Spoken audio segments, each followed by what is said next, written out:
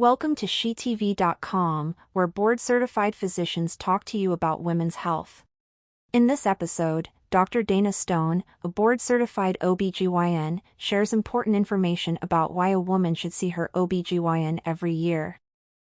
Hello, I am Dana Bach. I am a board certified anesthesiologist. I'm here with my friend and colleague, Dana Stone. She is a board certified obstetrician gynecologist, and I'm here to visit with her today and ask her some important questions that she wants to visit with you about concerning women's health care.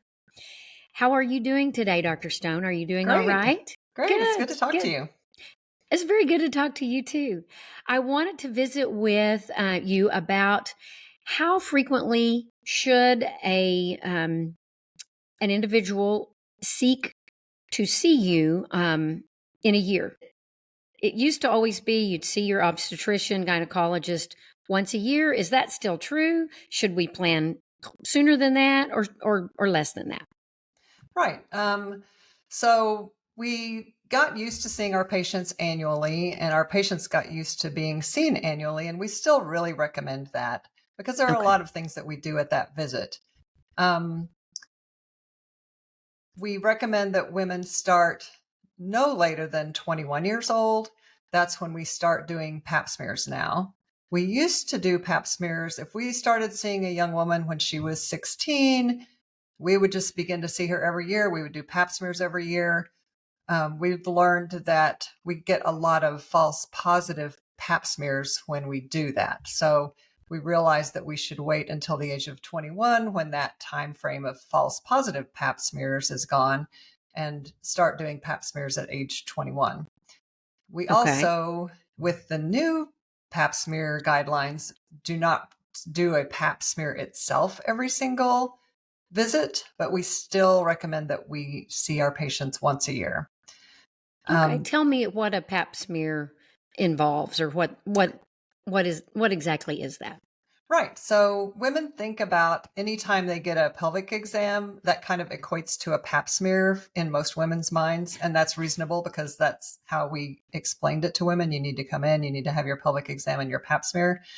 But you could do pelvic exams for lots of reasons when it's not time for your pap smear. So when we're doing the pap smear, we do the pelvic exam that every woman knows or hears about, of putting the feet up in the stirrups and gently placing a speculum in the vagina, looking at the cervix, getting a sample from the cervix to send off to the lab.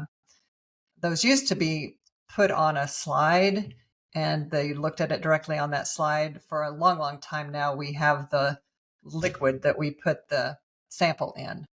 So they process that liquid in the lab, and we get a more clear look at the cells.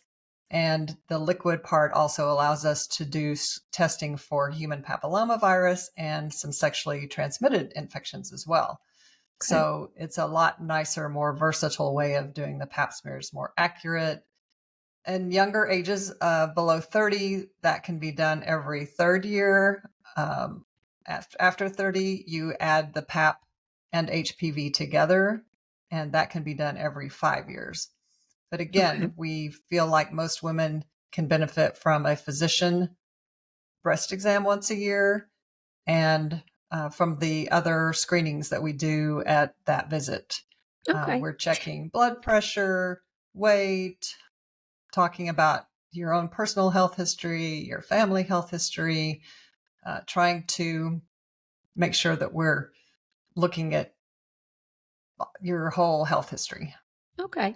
One question that comes to mind, is it okay to have a pap smear and a pelvic exam when you're on your period?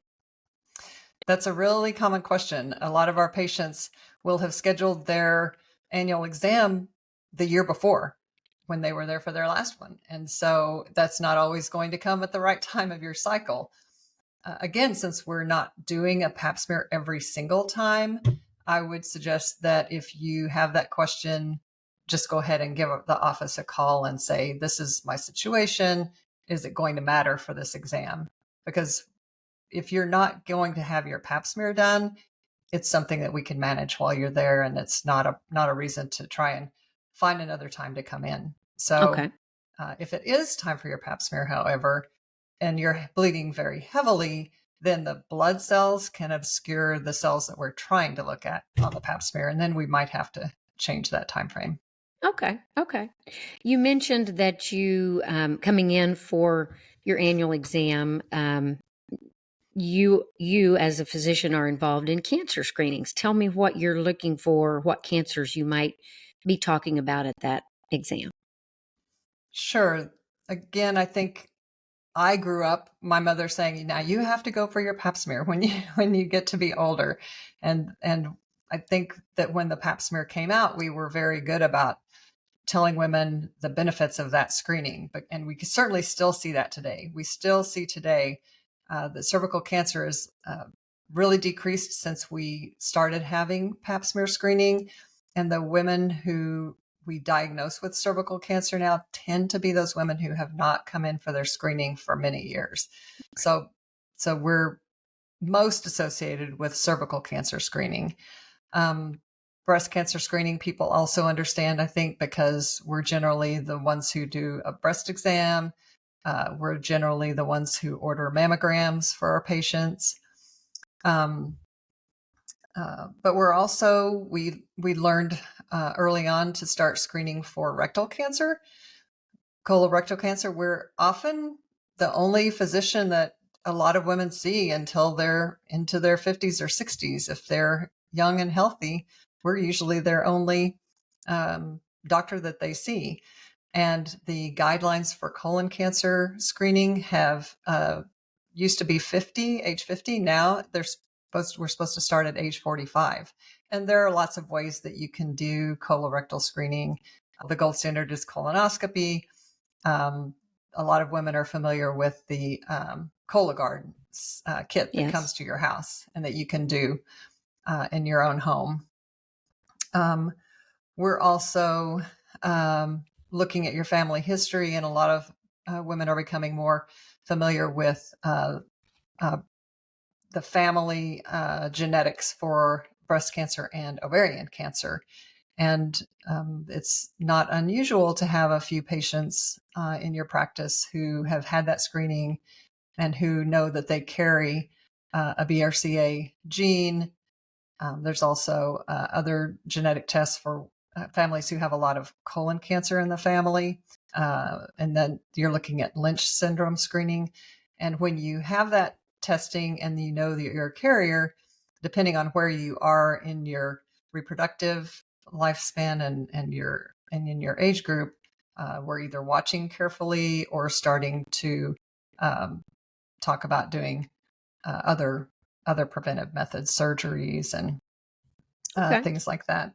We also, are well aware that most women's risk is not breast cancer, but it's more cardiovascular disease. So we pay a lot of attention, and we're screening with blood pressure and family history and personal history to help women identify need to prevent and treat heart disease at an early stages. And diabetes is also very prevalent. So we're kind of on the lookout for any of those issues.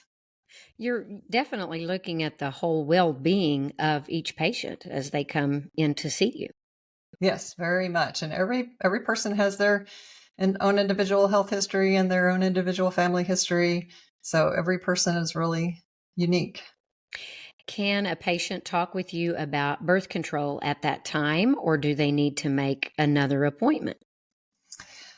We love to talk about whatever concerns. A lot of women have, realize, oh, my OB-GYN appointment is coming up. I've been having this or that issue that I didn't feel like was important enough to call and schedule a separate visit. I'll just talk about it at my annual exam. And that's great. We love to talk about all of the issues that are concerning you when you come in for your annual exam. Just know that since that is a limited time frame, we may be able to touch on it and develop a plan, but you may not walk out with the whole answer. It may be the beginning of a longer process of evaluation.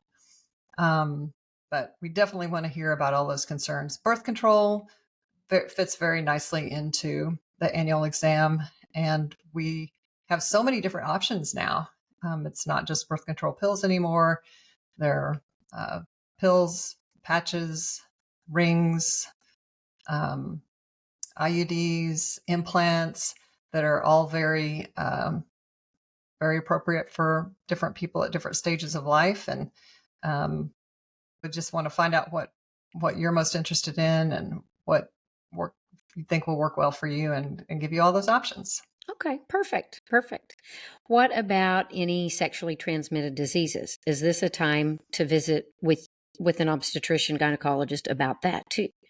Absolutely. So annual screening for sexually transmitted infections are indicated every year, especially for women under 25. That's a really high risk age range for sexual transmitted infections, and those can cause damage to your fallopian tubes. They can cause fertility problems later on in life if they go untreated. So it's a nice time to offer that screening to our patients who need that. And again, that can be done if a woman is not yet 21 and does not need the pap smear. Often she can do that as just a urine test and doesn't have to have a pelvic exam.